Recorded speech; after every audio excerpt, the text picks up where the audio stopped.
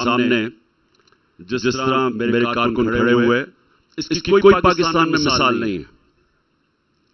یہ ہماری تاریخ میں اتنی بڑی فورس، 1000 پولیس اور رینجرز اور آرمڈ کار اگر مجھے اغوا کرنے آئی تھی تو یہ بہت بڑی کامیابی میرے کارکنوں کی تھی، جو جس طرح انہوں نے دفاع کیا میرا، جس طرح انہوں نے مقابلہ کیا وہ لوگوں کا جو غیر قانونی چیز کرنے آ رہے تھے. میں یہ واضح کر دوں کہ یہ قانون کے خلاف آ رہے تھے. قانون میں اجازت ہی نہیں کہ ایک عدالت میں پیش ہونے کے لیے، اور ایک آدمی کہہ رہا ہے کہ میں پیش ہو رہا ہوں اور ایشورٹی بانڈ دے رہا ہے، قانون اجازت نہیں دیتا اس کو اریسٹ کرنے کی. اغوا کرنے آ رہے تھے. اور اس لیے یہ میں پھر سے اپنے کارکنوں کو خراج تحسین بھی پیش کرتا ہوں اور آپ کا شکریہ ادا بھی کرتا ہوں کہ جس طرح آپ نے مقابلہ کیا اس کی کوئی مثال نہیں ہے.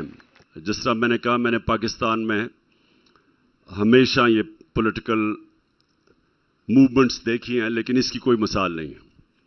اس کے بعد میں اپنے زمان پاک کے رشتہ داروں کا خاص طور پہ شکریہ ادا بھی کرتا ہوں اور ان کو خراج تحسین بھی پیش کرتا ہوں.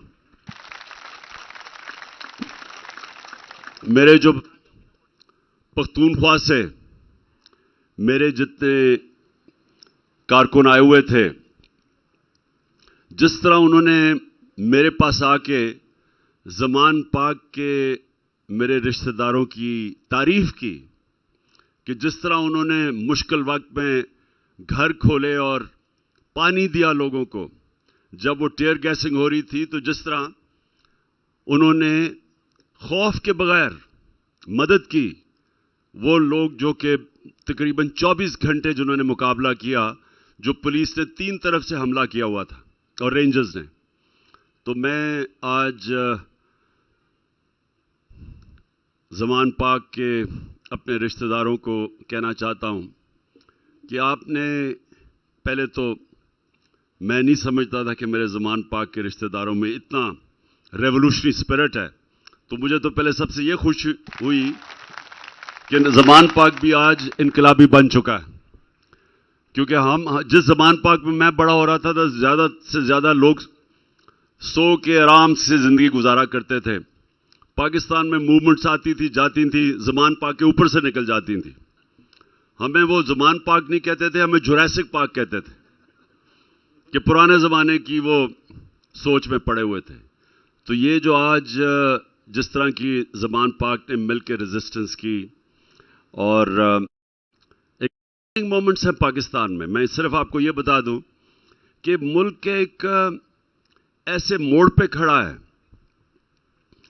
کہ یہ یا ہم پاکستان کو ایک وہ قائد اعظم کا پاکستان بنائیں گے، کانسٹیٹیوشنلزم کے اوپر، رول آف لاء کے اوپر، جو ہمارے نبی صلی اللہ علیہ وسلم نے مدینہ کی ریاست کے اصولوں پہ دنیا کا سب سے بڑا انقلاب لے کے آئے تھے.